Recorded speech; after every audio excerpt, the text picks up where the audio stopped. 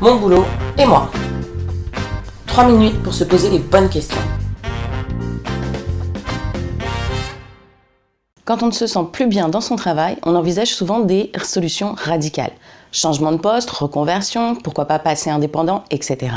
Que ce soit de manière temporaire, pour soulager votre quotidien dans l'attente d'un plus grand changement, ou pour réaligner votre travail avec vos souhaits et vos attentes, il existe des solutions pour retrouver du sens et de la motivation au travail sans changer de poste. Lorsqu'on a le sentiment de ne plus être à sa place ou de ne plus s'épanouir dans son travail, ça peut provenir de plusieurs causes. Problèmes d'organisation, problèmes de mission, problèmes de relation ou de manque de sens. Alors concrètement, quel est aujourd'hui le problème avec votre boulot ? Se poser cette question, c'est déjà faire un premier pas vers la solution. D'ailleurs, c'est tout à fait possible que ce soit une combinaison de ces différentes causes. Ce que je vous conseille, c'est de commencer par le problème le plus important et ensuite vous verrez qu'il y a de fortes chances que ça ait un impact sur les 3 autres. En premier, un problème d'organisation. C'est ce qui fait qu'on est en train de courir tout le temps, qu'on se sent débordé et qu'on a l'impression que finalement, malgré ça, rien n'avance. Je ne vais pas rentrer ici dans le détail, vous trouverez de nombreux livres sur comment optimiser votre temps. Le plus important, c'est pas ce que vous connaissez, mais c'est ce que vous appliquez.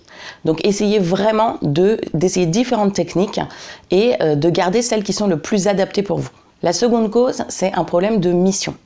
Donc soit parce que votre fiche de poste n'est plus qu'un lointain souvenir par rapport à celle que vous aviez signée au départ, souvent pour des causes d'évolution naturelle de l'activité, soit parce que ce qui vous avait convenu ou plu au départ dans cette fiche de poste ne vous correspond plus. Pour en sortir, faites une analyse détaillée des tâches et des missions qui vous incombent, pour déterminer celles à garder, à supprimer, à déléguer ou encore à optimiser.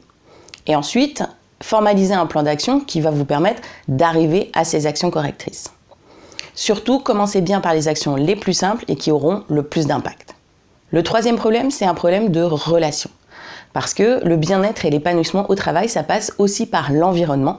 Et cet environnement, il est clairement dépendant des relations ou des interactions que vous pouvez avoir avec vos collègues ou votre manager. C'est un problème qui, en général, concerne certaines personnes spécifiquement.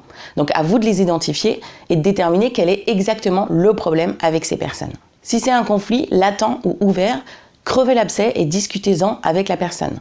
Il vaut mieux toujours discuter, prendre les devants, plutôt que de laisser une situation pourrir. S'il s'agit d'antipathie, essayez de limiter vos interactions physiques en face à face avec cette personne. Donc privilégiez soit les échanges par mail, au pire les échanges par téléphone. La quatrième cause, c'est un problème de manque de sens. Et donc qui en général fait qu'il y a aussi un manque de motivation. Pour ce problème-là, le souci c'est qu'il n'y a pas de réponse évidente. La première étape, c'est de mener une réflexion approfondie sur ce que vous attendez de votre travail, ce que vous voulez qu'il vous apporte et le sens que vous lui donnez. Et ensuite, confronter les résultats de votre analyse avec la réalité de votre mission. Parce que souvent, pris dans le quotidien, on perd de vue le sens et l'utilité de notre travail. Si suite à cette analyse, où il y a des ajustements qui peuvent être faits, comme par exemple pour un problème de mission, faites-les.